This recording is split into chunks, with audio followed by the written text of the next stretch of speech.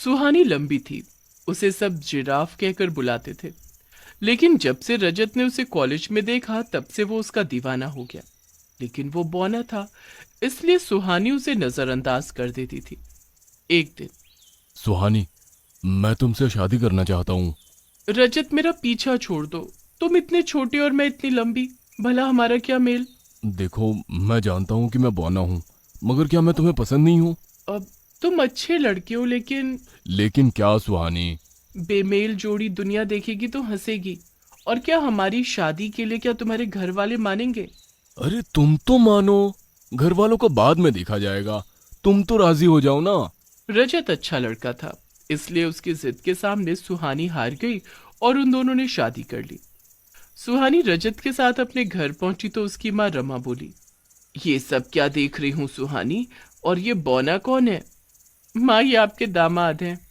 हैं? ये टुनिया मेरा दामाद? अरे वाह माँ, आपने तो नाम भी सोच लिया। टुनिया अच्छा नाम है, अब से मैं भी इन्हें टुनिया ही बुलाऊंगी। सुहानी, बहुत हुआ मजाक।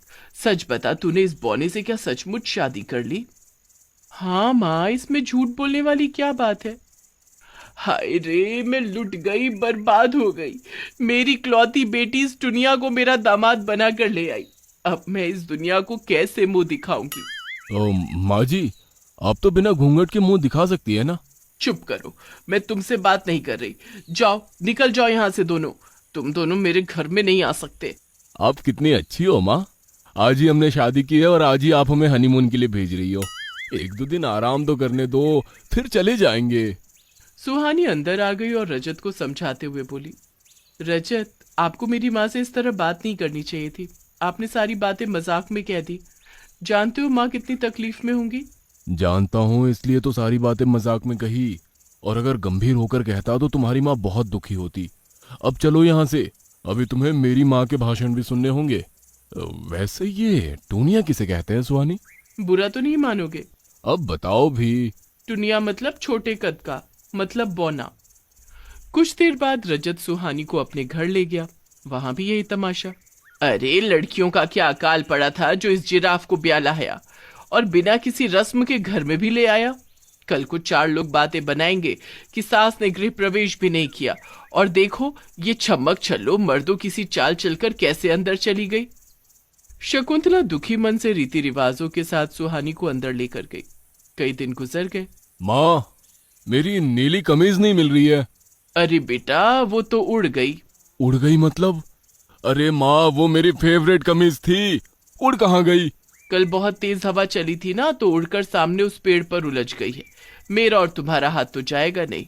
अब छोड़, जाने दे, दूसरी ले आना। थोड़ी देर बाद, ये लो रजत, आपकी फेवरेट कमीज। लेकिन ये तो वहां पेड़ पर अटकी हुई थी। लंबी पत्नी होने का यही तो फायदा है, मैं उतार लाई। हाँ, थैंक यू सुहानी, ये कमीज मुझे बहुत पसंद थी। कुछ दिनों बाद पास पड़ोस में चर्चा होने लगी। बौना पति और लंबी पत्नी, ना जाने क्या सोचकर शादी की थी। शायद खूब दहेज मिला होगा, इसलिए लालच में शादी कर ली।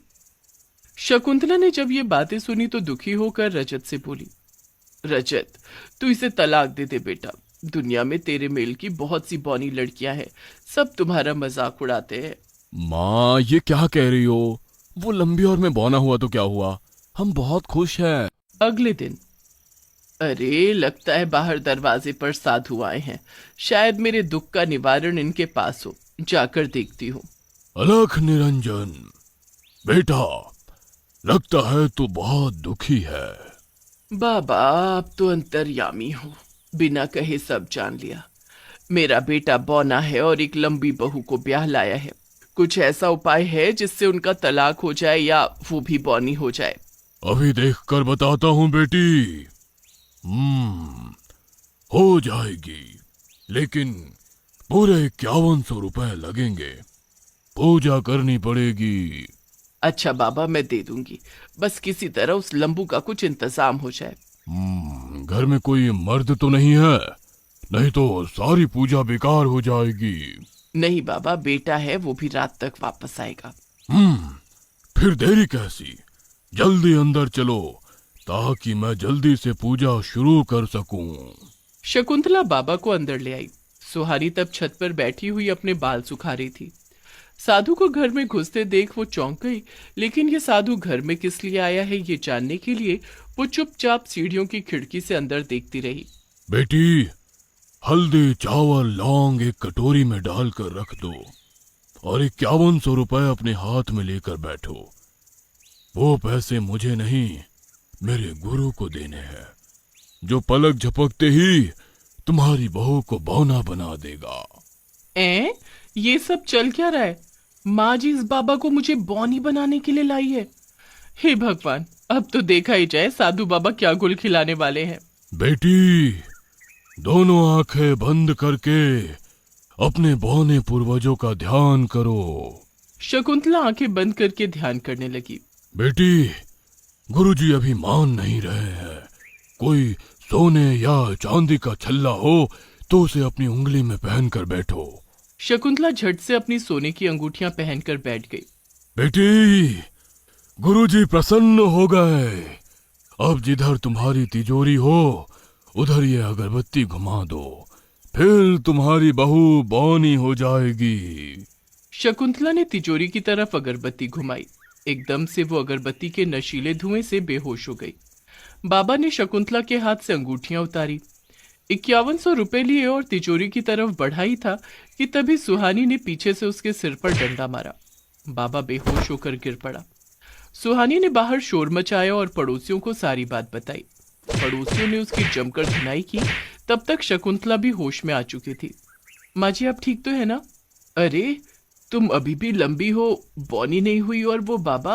अरे बहन जी, इस बाबा ने तुम्हें बेहोश करके तुम्हारे पैसे और अंगूठियां चुरा ली और तिजोरी तोड़कर माल लेकर भाग ही रहा था।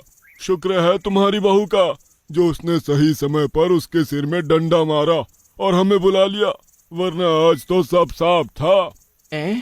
ये धोखेबाज था, इसीलिए पूछ रहा था कि घर में कोई मर्द तो नहीं है।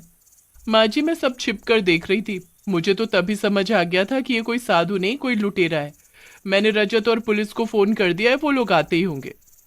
अरे बहू तुम तो बहुत तेज निकली। अगर तुम ना होती तो ये लुटेरा सब कुछ ले गया होता। मुझे माफ कर दो। तभी पुलिस के साथ साथ रजत भी आ गया। उस चोर को पुलिस पकड़ कर ले गई। माँ, मैंने वकील से बात कर ली है। अब बहुत जल्दी इस जिराफ को तलाक दे दूंगा। खबरदार अगर तलाक की बात की तो ऐसी बहू चिराग लेकर ढूंढेगा तो भी नहीं मिलेगी। लेकिन माँ तुम सही कहती थी, ये ज्यादा लंबी है। मैं अपने लिए कोई बौनी लड़की ही ढूंढ कर लाऊंगा। लंबी है तो क्या हुआ, जो कमीज पेड़ से तू उतार कर नहीं ला सका वो बहू ले आई। आज इसकी वजह से ही मेरा घर बच गया, नहीं तो हम बर्बाद हो जाते। चल छोड़, मेरी बहू जैसी भी है अच्छी है। चल तू भाग यहाँ से, मुझे तुम्हारे रिसेप्शन की तैयारी करनी है। रिसेप्शन? मगर किस लिए? इसलिए कि मैं सबको दिखा सकूं कि एक बौना पति अपनी लंबी पत्नी के साथ कितना खुश है। शकुंतला ने एक शानदार रिसेप्शन किया और फिर रजत अपनी लंबी पत्नी के साथ प्यार से रहने लगा।